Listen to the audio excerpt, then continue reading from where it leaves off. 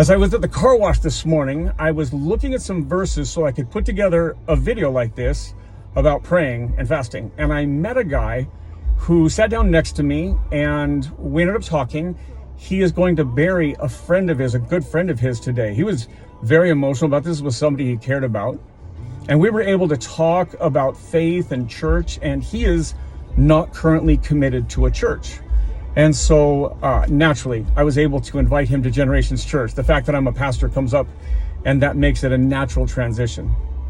And so I was able to even think about how we began praying last Sunday night that God would bring us people this Easter. And then here's these two verses that I was looking at. Now, I'm in the Jeep, but I'm not driving, I promise. Don't drive and do this. Acts 13 says, as they were worshiping the Lord and fasting, the Holy Spirit said, set apart for me Barnabas and Saul for the work to which I have called them. Then after they had fasted, prayed, and laid hands on them, they sent them off. Then the very next chapter, here's what it says. When they had appointed elders for them in every church and prayed with fasting, they committed them to the Lord in whom they had believed.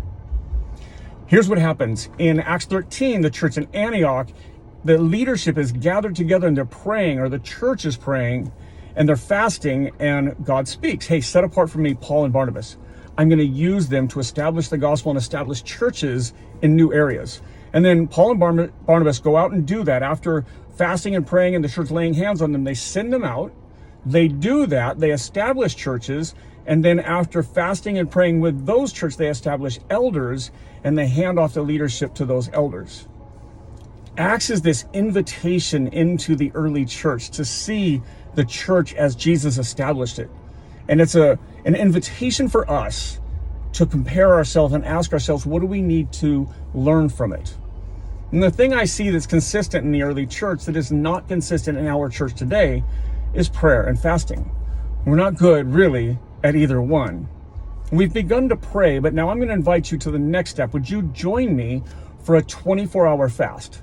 Fasting is this. It's denying yourself something physical, food, and leaning into something spiritual, prayer. And so I'm going to ask you to, Tuesday night after dinner, to fast with me for 24 hours, dinner to dinner, Tuesday to Wednesday, and then gather with me Wednesday at 6 p.m. at the church, and we will pray and then break our fast together. We'll eat a meal together provided by the church. And so will you join me as we get ready for Easter? Will you fast with me for 24 hours? Will you join together with me on Wednesday night at 6 p.m. and pray together? And then we'll eat a meal. We'll hold up the names of the people we love and then believe that God will invite them this Easter at Generations.